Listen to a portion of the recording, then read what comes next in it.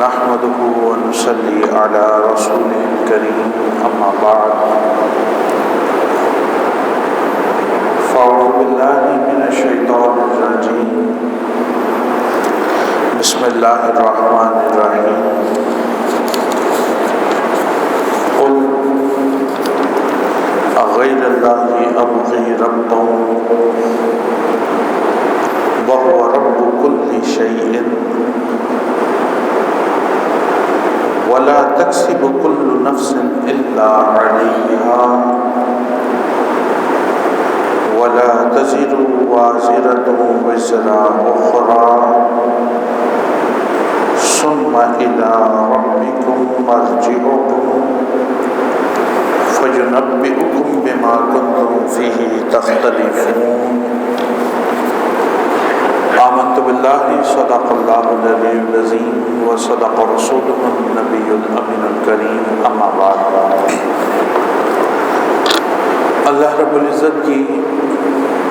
دی ہوئی توفیق کی بدولت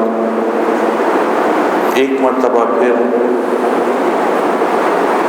جمعۃ المبارک کی ان مبارک ساعتوں میں اس کا ذکر کرنے کے لیے، اس کی یاد کرنے کے لیے، اس کے دین کی باتیں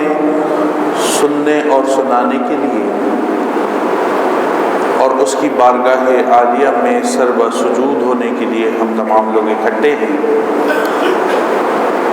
اللہ رب العزت سے دعا گو ہوں کہ ہم تمام کا یہاں آنا، یہاں بیٹھنا،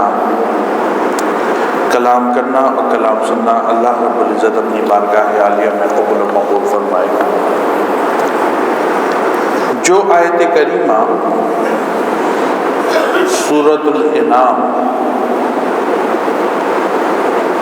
آیت نمبر 164 آپ کے سامنے تلاوت کی ہے، اس میں اللہ رب العزت مشرکین مکہ کی طرف سے کیے جانے والے ایک سوال اور ان کی جانب سے دی جانے والی ایک آفر،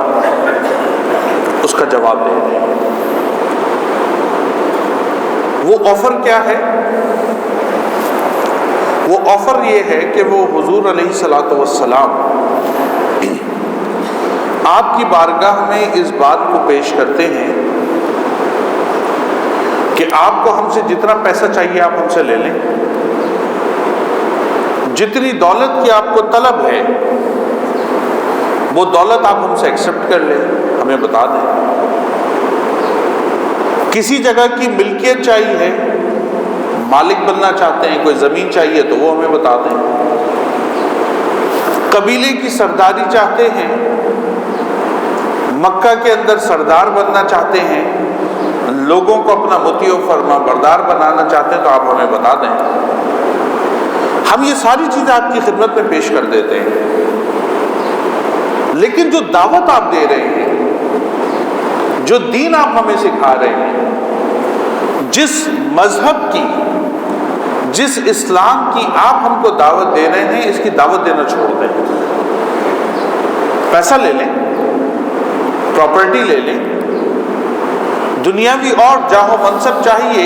مال و دولت چاہیے تو آپ ہم سے لے لیجئے،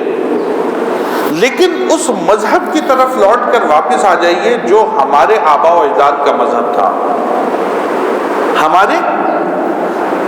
یعنی مشرکین مکہ کے آباء و اجداد کا مذہب تھا، جس کے اندر وہ مختلف خداؤں کو پوجا کرتے تھے اور مختلف بتوں کی عبادت کیا کرتے تھے، یہ سوچ کر کہ فلاں بت فلاں مسئلے کے حل کے لیے مفید ہوگا اور فلاں جو بت ہے اگر اس کی عبادت کر دی جائے گی تو اس سے ہماری زندگی کا یہ خاص مسئلہ حل ہو جائے گا۔ یہ وہ سوچ تھی جو کہ ہمیں گریک میتھولوجی میں بھی ملتی ہے، یعنی یونانی تہذیب جسے ہم کہتے ہیں، ہمیں رومن میتھولوجی میں بھی ملتی ہے جس کو ہم رومی تہذیب کے نام سے جانتے ہیں، اور اور اسی طریقے سے جو ما قبل کی دیگر تہذیبیں گزری ہیں ان تمام کے اندر یہ سوچ موجود تھی. اور آج اگر ہم دنیا میں دیکھیں تو آج بھی ہندوستان کے اندر ہمیں وہ تصور ملتا ہے کہ مختلف مسائل کا علاج اور مختلف مسائل کا حل وہ مختلف خدا کرتے ہیں. اور جو تاریخ ابن بطوطہ نے ہندوستان کی بیان کی ہے اور جو لوگ وہاں جاتے ہیں یا جنہوں نے اس سسٹم کی اسٹڈی کی ہے کہ ہندوازم ہے کیا، وہ اس بات کو بخوبی سمجھتے ہیں کہ وہاں پر کم و بیش 33 کروڑ مختلف خداؤں کا تصور موجود ہے. 33 کروڑ مختلف خداؤں کا تصور موجود ہے، اور ہر خدا نعوذ باللہ من ذالک کسی خاص مقصد کے لیے، کسی خاص پرپس کے لیے بنایا گیا ہے، جو کسی خاص مقصد کے حصول کے اندر مدد و معاونت کرتا ہے.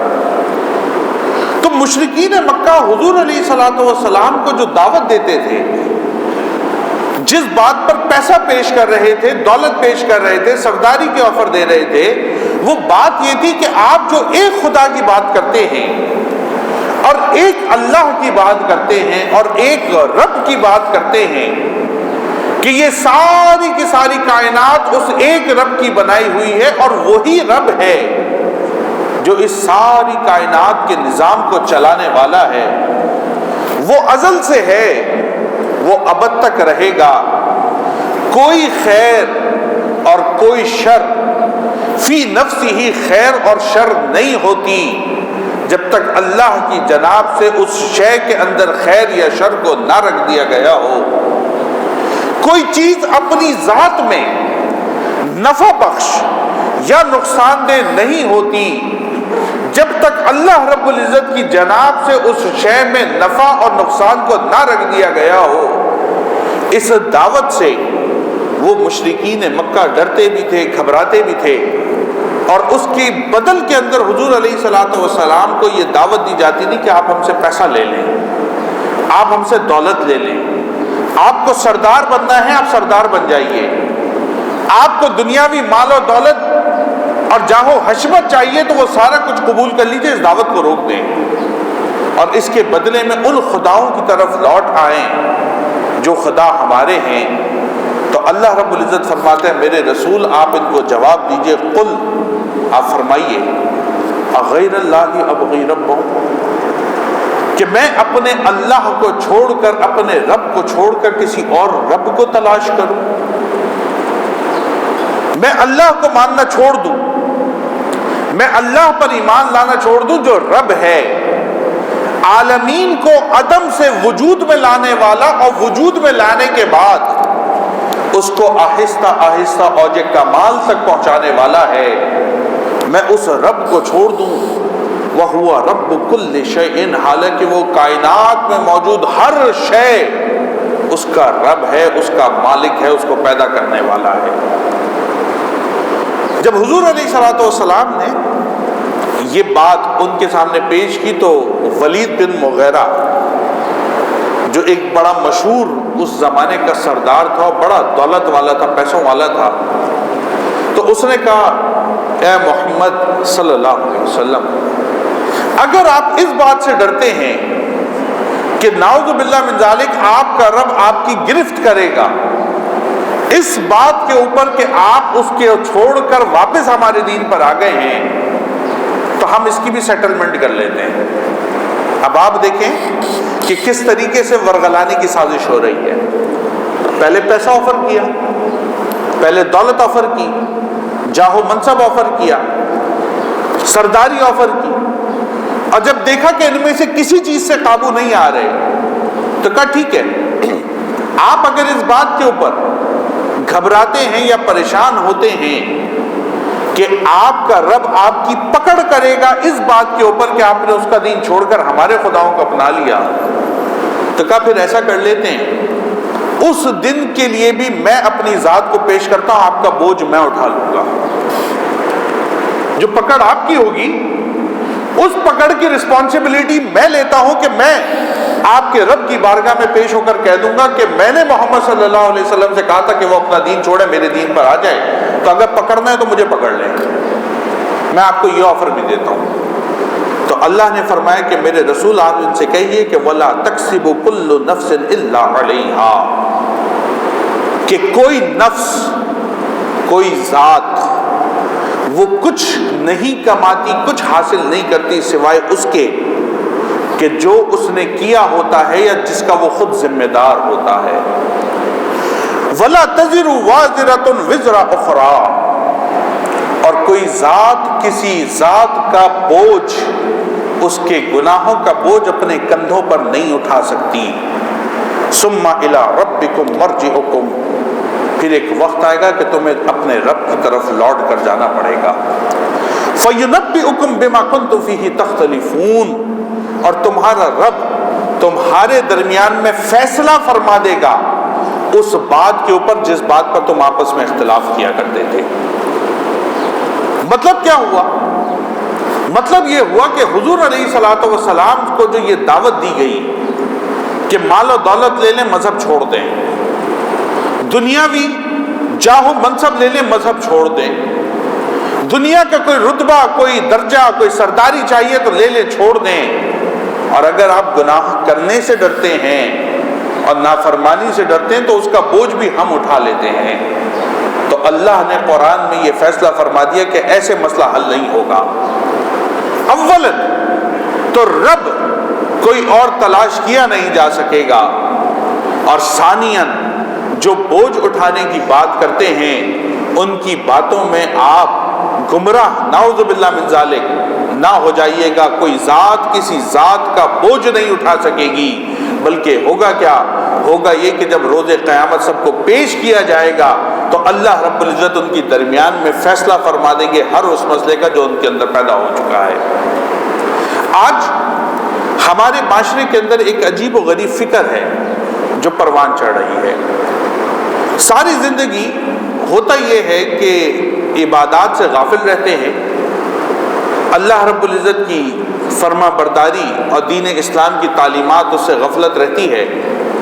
اور جب آخری عمر کا حصہ آتا ہے، جب بڑھاپے کا یقین ہو جاتا ہے کہ اس کے بعد تو مرنا ہے، تو اب ہمیں پھر مسائل کا جو حل نظر آتا ہے وہ یہ آتا ہے کہ ہم پیسے دے کر اپنی جان چھڑا لیں۔ فقہاء نے جو رمضان شریف کے روزوں کا بدل فدیے کے طور پر بیان کیا ہے، اس فدیے سے میرے بھائی، میرے دوست، ہرگز یہ مراد نہیں ہے کہ آپ ساری زندگی اپنی مرضی سے روزے چھوڑتے رہیں اور اس کے بعد جب عمر کا آخری حصہ آ جائے تو آپ کہیں کہ ہر روزے کے حساب سے 2.25 کلو آٹا دیتا ہوں، اب بس میں نے وہ پیسے کیونکہ پے کر دیے تو میری جان چھوڑ گئی، اب میری کوئی پکڑ نہیں ہوگی۔ اور یہ مسئلہ تو رمضان شریف کا میں نے اس لیے عرض کیا کہ رمضان شریف کے روزے کا فدیہ قرآن و حدیث سے ثابت ہے۔ ایک اور طبقہ جو آج ہمارے معاشرے میں پیدا ہو گیا وہ طبقہ ہے جو کہ نمازیں بھی اس بنیاد پر چھوڑ رہا ہے، اور اس کا کہنا یہ ہے کہ ٹھیک ہے اگر نمازوں میں سستی ہو گئی، غفلت ہو گئی تو ہم اس کا فدیہ ادا کر دیں گے اور فدیہ ادا کر کے اپنی جان چھڑا لیں گے۔ میرے بھائی، میرے دوست، شاید کرسچینٹی کے اندر تو یہ کام ہو سکتا ہے،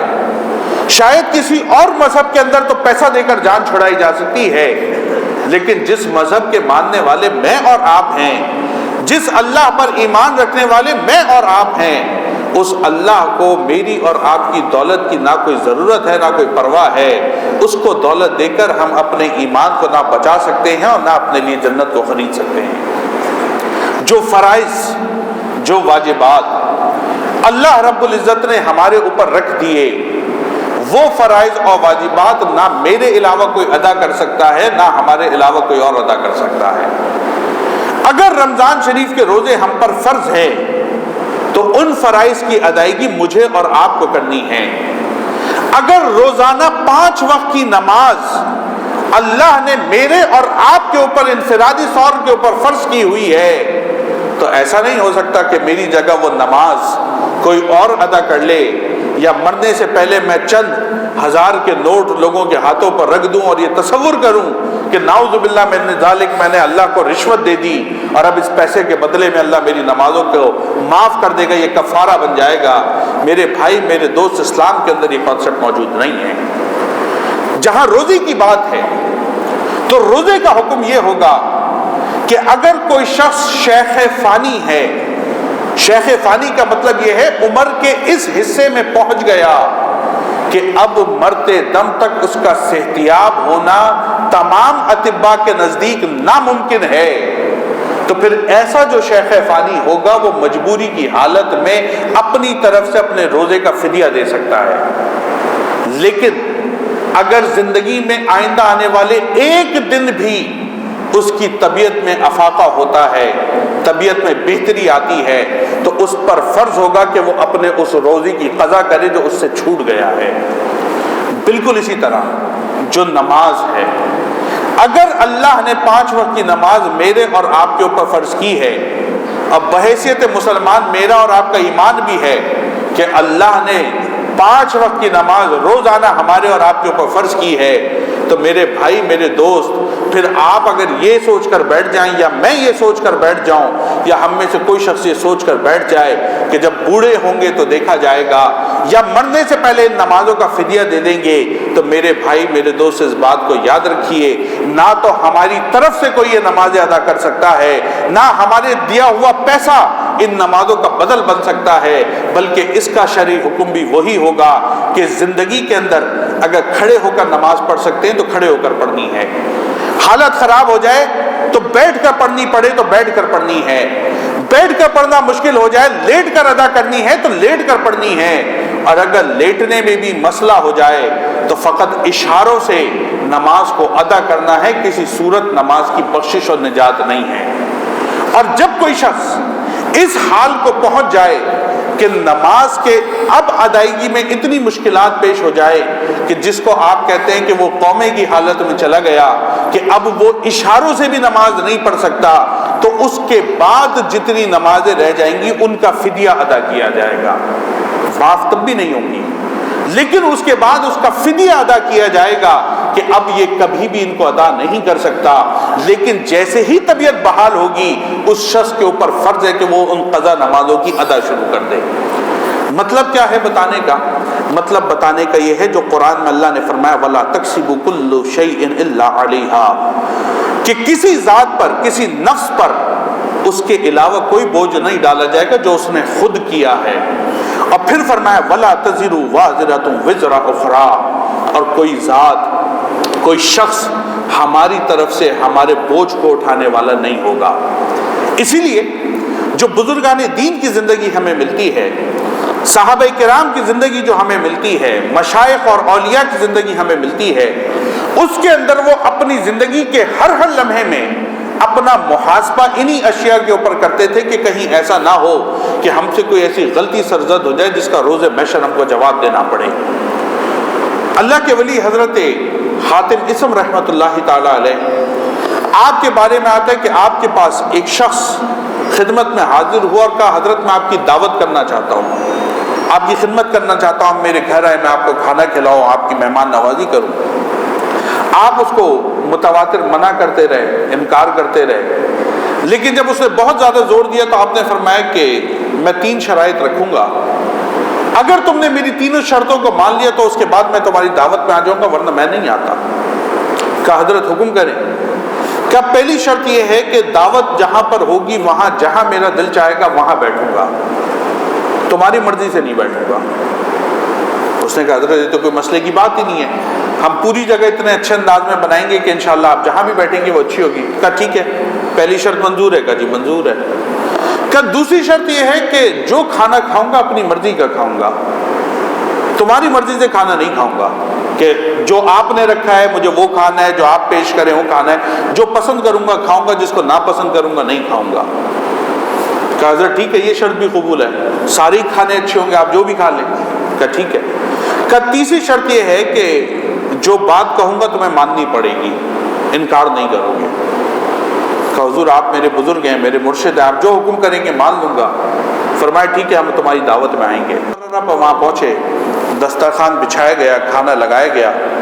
اللہ کا ولی حضرت حاتم اسم رحمۃ اللہ تعالی علیہ آپ جا کر جہاں لوگوں کی چپلیں پڑی ہوئی تھیں ان چپلوں پر بیٹھ گئے۔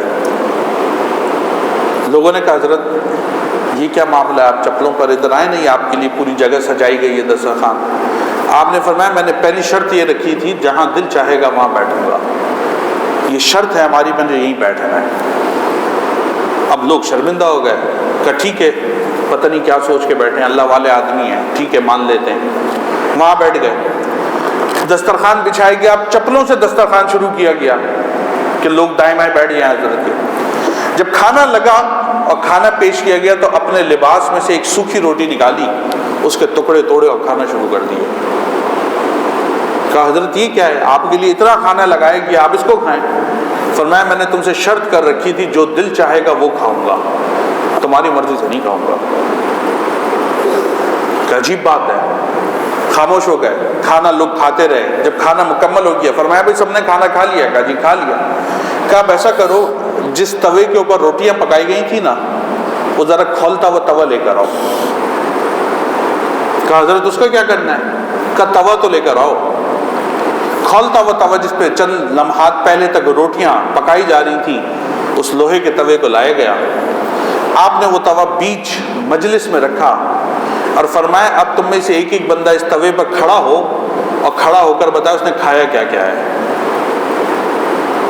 اب سارے لوگ پریشان ہو گئے کہ حضرت یہ کیسی بات ہے؟ کہ وہ ابھی تم کھا رہے تھے نا، تم نے روٹیاں بھی کھائیں، تم نے مرغیاں بھی کھائیں، تم نے بکرا بھی کھایا، تم نے دمبا بھی کھایا، تم نے سلاد بھی کھائی تو سلاد میں ٹماٹر بھی کھایا تو پیاز بھی کھایا، ذرا کھڑے ہو کے بتاؤ تو کھایا کیا کیا ہے؟ سارے لوگ کہنے لگے پتہ نہیں حضرت کیا کہنا چاہتے ہیں۔ آپ نے کہا رکو میں بتاتا ہوں۔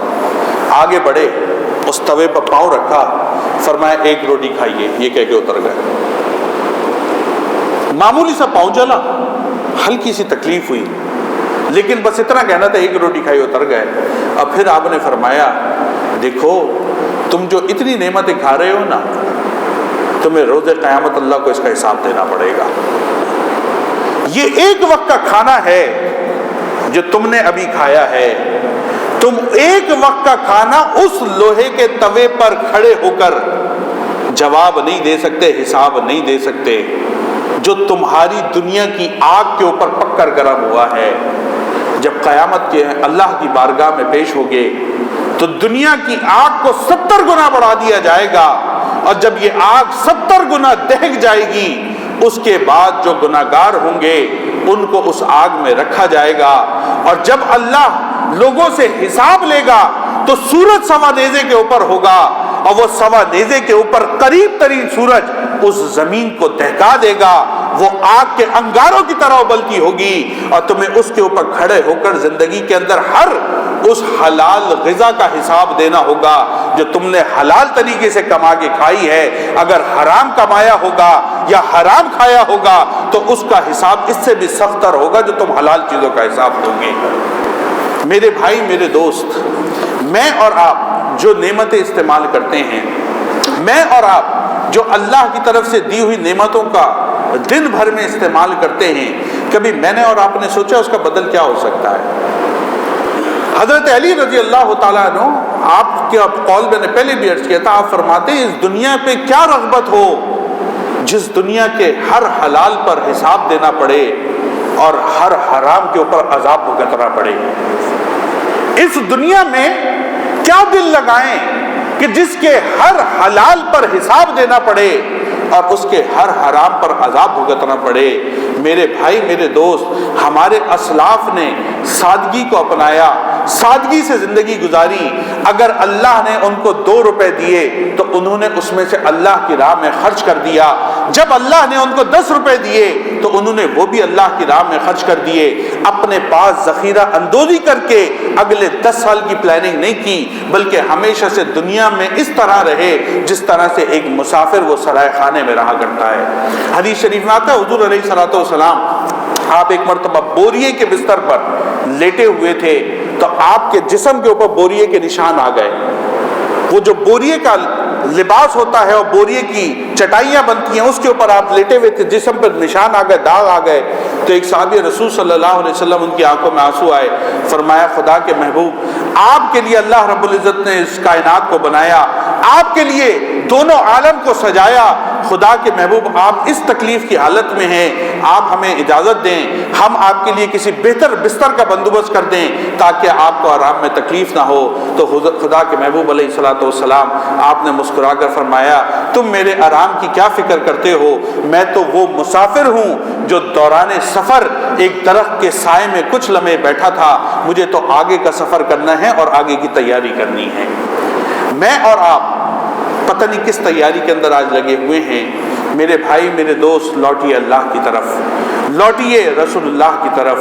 لوٹیے اپنے مذہب کی طرف، لوٹیے اسلام کی طرف۔ آج آپ دیکھ رہے ہیں نا، ہر طرف افراتفری ہے، ہر طرف فساد ہے، ہر طرف مشکلات ہیں۔ اس کرونا وائرس نے پوری دنیا کو اس وقت ایپیڈیمک سے ٹرن ہو کر پینیڈیمک میں چلا گیا ہے۔ ایپیڈیمک وہ ڈیزیز ہوتی ہے جو کسی مخصوص علاقے میں ہوتی ہے، پینڈیمک وہ ڈیزیز ہو جاتی ہے جو کہ پورے کانٹیننٹس کے اندر ایک جگہ سے دوسری جگہ موو کرنے لگتی ہے۔ آج اس قسم کی وبائی بیماریاں ہمارے اندر آ رہی ہیں۔ اگر ان لمحات میں بھی میں نے اور آپ نے رجوع الی اللہ نہیں کیا،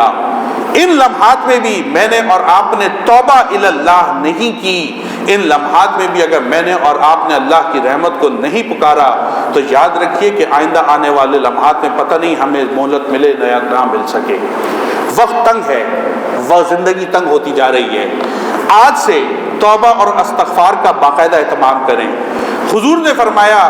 کہ انی لاستغفر اللہ واتوب الیہ اکثر من 70 مرۃ فی اليوم او کما قال، فرمایا میں روزانہ دن میں 70 سے زیادہ مرتبہ اپنی اعمال پر اللہ کی بارگاہ میں استغفار کرتا ہوں۔ حضور کو استغفار کی ضرورت نہیں تھی، حضور تو معصوم عن الخطا تھے، قرآن کے مطابق معصوم عن الخطا تھے، ان کو استغفار کی ضرورت نہیں تھی۔ لیکن یہ امت کے لیے دعوت تھی، امت کے لیے پیغام تھا کہ اپنے گناہوں پر استغفار کرو، توبہ کرو، اپنے رب کو راضی کرنے کی کوشش کرو، تاکہ تمہارا رب تم سے راضی ہو جائے اور تمہارے لیے دنیا اور آخرت میں آسانیاں میسر آ جائے۔ توبہ کریں، استغفار کریں، لوگوں کو اس طرح مائل کریں کہ ان لمحات میں زیادہ سے زیادہ ایسی مجالس ہو جہاں پر استغفار کی کثرت ہو، توبہ کی کثرت ہو، تاکہ اللہ رب العزت ہم سے راضی ہو جائے اور اس مصیبت اور وبا سے یا تو ہماری جان چھوٹ جائے، اور اگر میں اور آپ خدا نہ خواستہ اس میں مبتلا ہوں تو حدیث کے مطابق شہید ہو کر اس دنیا سے رخصت ہوں۔ اور الحمدللہ ہمارا مذہب ایسا ہے کہ اس کے اندر اگر کوئی مصیبت آ جائے، بندہ اس میں مبتلا ہو کر مر جائے تو شہید کہلاتا ہے، اور اگر بچ جائے تو غازی ہے۔ اللہ رب العزت ہمیں غازی بنا دے تو بھی بہتر، اللہ رب العزت نے اگر ہمارے لیے شہادت کو لکھ دیا ہے تو بھی اس کی رضا۔ اللہ رب العزت ہم تمام کو اپنی رضا میں راضی رہنے کی توفیق و رحمت فرمائے۔ وما علیہ الا البلاغ المبین۔